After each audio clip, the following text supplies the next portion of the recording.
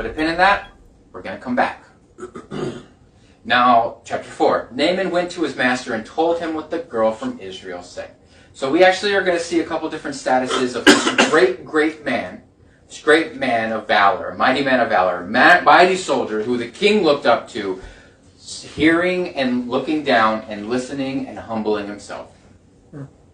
And you know that this leprosy's gotten bad. You know that he's in a position because we don't humble ourselves unless it does get bad, right? You know leprosy got bad because he listened, right? Sometimes it has to get bad before we listen, especially for somebody like him.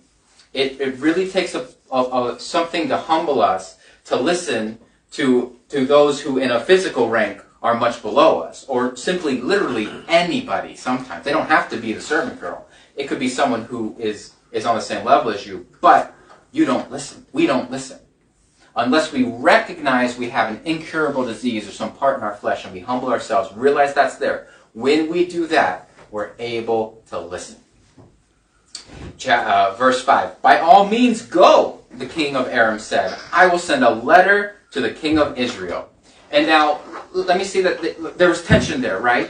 They had just gotten conquered by this place. So there was some form of diplomacy, but there was tension, right? And the guy's like, yeah, I'll just send a letter to the guy that I just whooped.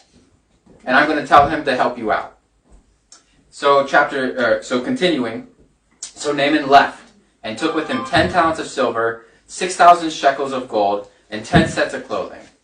The letter that he took to the king of Israel read, with this letter I am sending my servant Naaman to you so that you may cure him of his leprosy.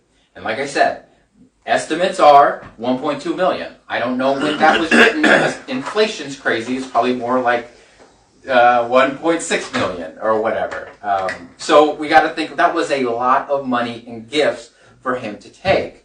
And this shows how desperate his condition was, what he was willing to pay, and that the king of Syria, right, the Aram, that he was also willing to help.